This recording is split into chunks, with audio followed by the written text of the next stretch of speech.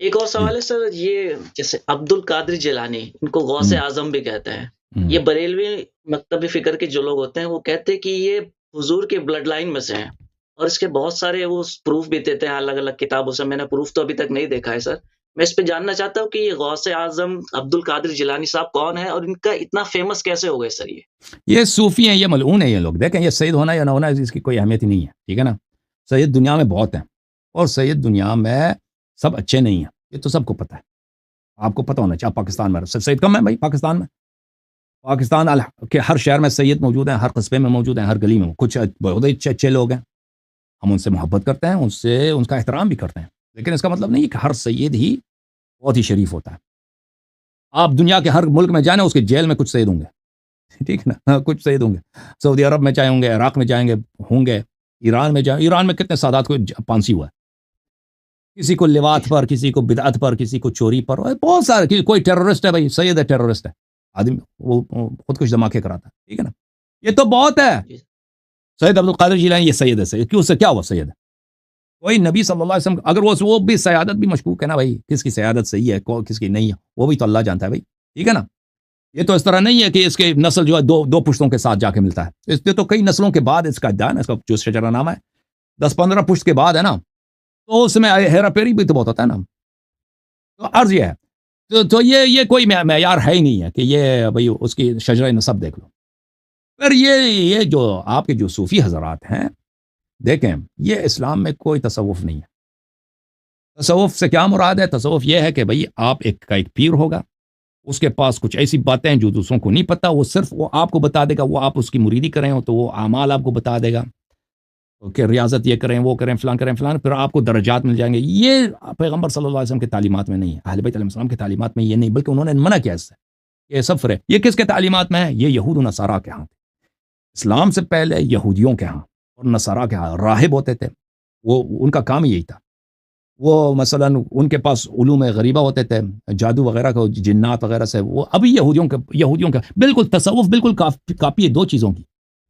یہودیوں کے پاس ایک علم ہے، اس کو قبالہ بولتے ہیں، قبالہ، وہ بہت پاپولر ہے دنیا میں آپ کے جتنے بڑے بڑے پیسے والے سیلیبریٹیز ہیں نا، وہ اس میں سے بہت سارے قبالہ کے پیروکار ہیں، کیونکہ اس میں ایسے کام ہوتے ہیں، عجیب غریب کام کرتے ہیں، وہ کرتب دکھاتے ہیں، کرتب نہیں واقعا، وہ مثلا ان کے ہوتے ہیں کوئی خارق عادہ کچھ کرتے ہیں نا، وہ جنات وغیرہ سے، وہ ان کے تلسم ہوتے ہیں، تلسمات کی وجہ سے وہ ایسے پڑھتے ہیں ایسی چیزیں، اس کی وجہ سے بہت سارے کام ہو جاتے ہیں۔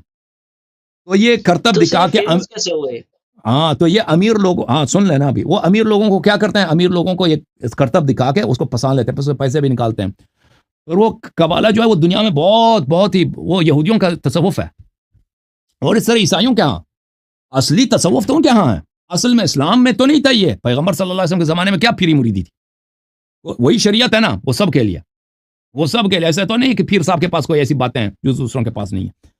تو بہرحال یہ پھر یہ بعد میں بنی امیہ کے اواخر میں، بالکل بنی عباس کے زمانے میں، بنی عباس کے ابتدا میں یہ امپورٹ کیا گیا، یہ لایا گیا عالم اسلام میں۔ بہت سارے عیسائی جو بظاہر مسلمان ہوئے نا، اور یہودی جو مسلمان ہوئے، وہ اپنے افکار کو انہوں نے نہیں چھوڑا، کیونکہ ان کے بڑے بڑے علماء ہوتے تھے، ان کو بہت ساری باتیں پتہ تھی نا، پرانے ان کے جو افکار تھے، طریقہ کار تھے، اسی کو انہوں نے اسلام کا روپ دیا۔ اور تصوف ایک ایسی چیز ہے بھائی، یہ کبھی اسلام کے روپ میں ظاہر ہوتا ہے، کبھی تشیع کے روپ میں، کبھی سنی کے روپ میں، کبھی ہندو کے روپ میں۔ اب آپ کے جو صوفی حضرات ہیں، یہ دیکھیں، ہندو ان کو بہت پسند کرتے ہیں، صوفی جو ہستیاں ہیں نا، بڑے بڑے ہندو ان کو پسند کرتے ہیں، کیونکہ یہ ایسنس میں ایک ہی چیز ہے، ایسنس میں یہ ہندوازم اور تصوف ہے، اس میں فرق ہی نہیں، صرف لبادہ اسلام کا ہے۔ وہ کسی بھی اور تصوف کے اکابر کے کتب میں نے پڑھا کہ سب دین سے ہی ہیں، سب دین سے ہی ہیں۔ تم چاہے، اللہ جانتا ہے، میں نے خمینی صاحب کے کتب میں وغیرہ یہ واضح لکھتے ہیں کہ تم چاہے بدھ کے سامنے سجدہ کرو یا مسجد میں یہ ایک ہی، اللہ کے سامنے سے ایک ہی ہے، مسجد اور بت خانہ ایک ہی ہے۔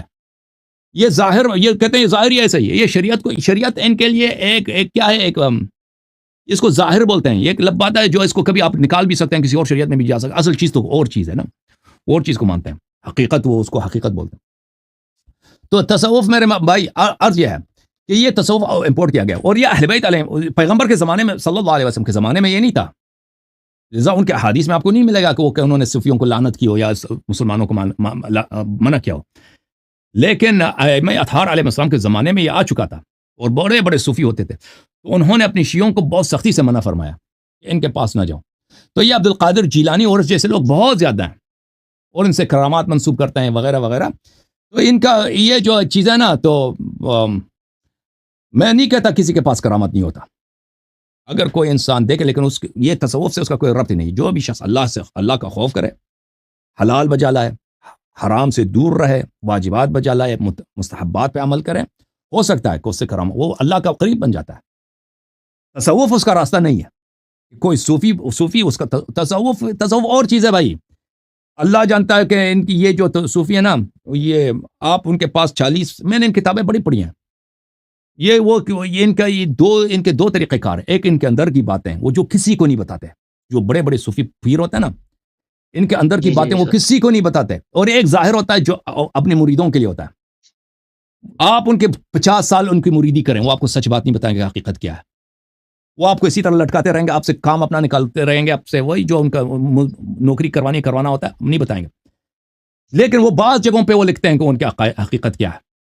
تو یہ ان کے بزرگوں کے کتب میں ان کے کفریات بہت زیادہ ہیں. ان کا بالکل شریعت وغیرہ پہ کوئی یقین ہی نہیں ہے.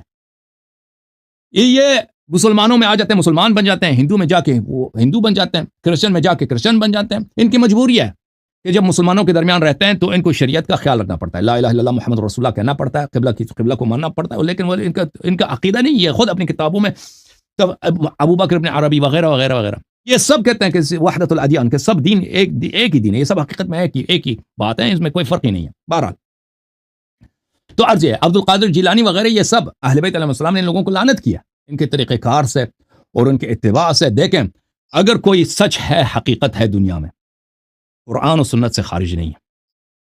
صوفیوں کے پاس کیا ہے جو اس کو قرآن سنت سے کیا صوفی ان کو وہ بھائی سنت کے بڑے عالم ہوتے ہیں؟ کوئی عالم نہیں ہوتے یہ صوفی. صوفیوں نے کوئی لکھا ہے کوئی بھائی یہ آپ کا لال شہباز قلندر ہے، یہ شیعہ جا کے اس کے مزار پہ جا کے او لال شہباز قلندر اوئے کیا اگر کوئی لال شہباز پہ اگر اعتراض کریں اس کو کتنے لعنت کرتے ہیں. اور بھائی لال شہباز کو کیا آتا ہے؟ اس نے کیا ہے؟